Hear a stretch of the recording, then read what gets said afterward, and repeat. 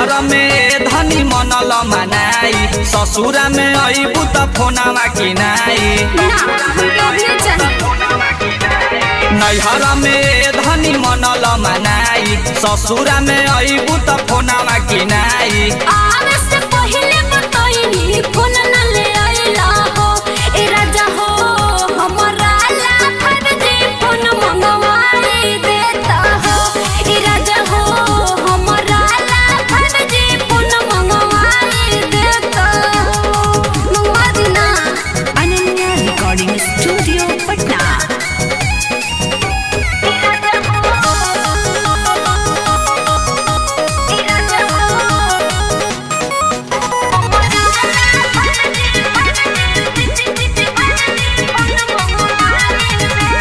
ससुरा में जब से तू अइलू तब से तू बाड़ू अकुताई, तोहरे कारणवा धनी बानी हम पापा से पिटाई।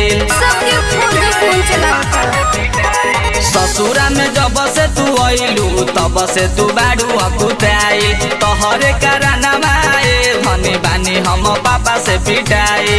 एक ही गुलाल सब दिल में फूल के नवाईती हो ए राजा हो, हमरा ला फर्जी फोन मंगवाई देता हो ए राजा हो, हमरा ला फर्जी फोन मंगवाई देता हो। ना मुइबो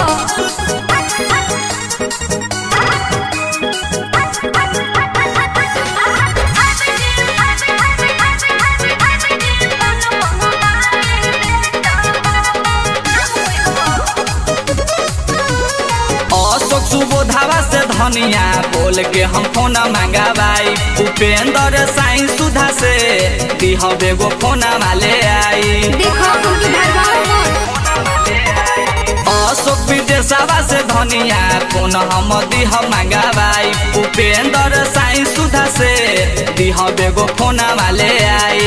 एक ही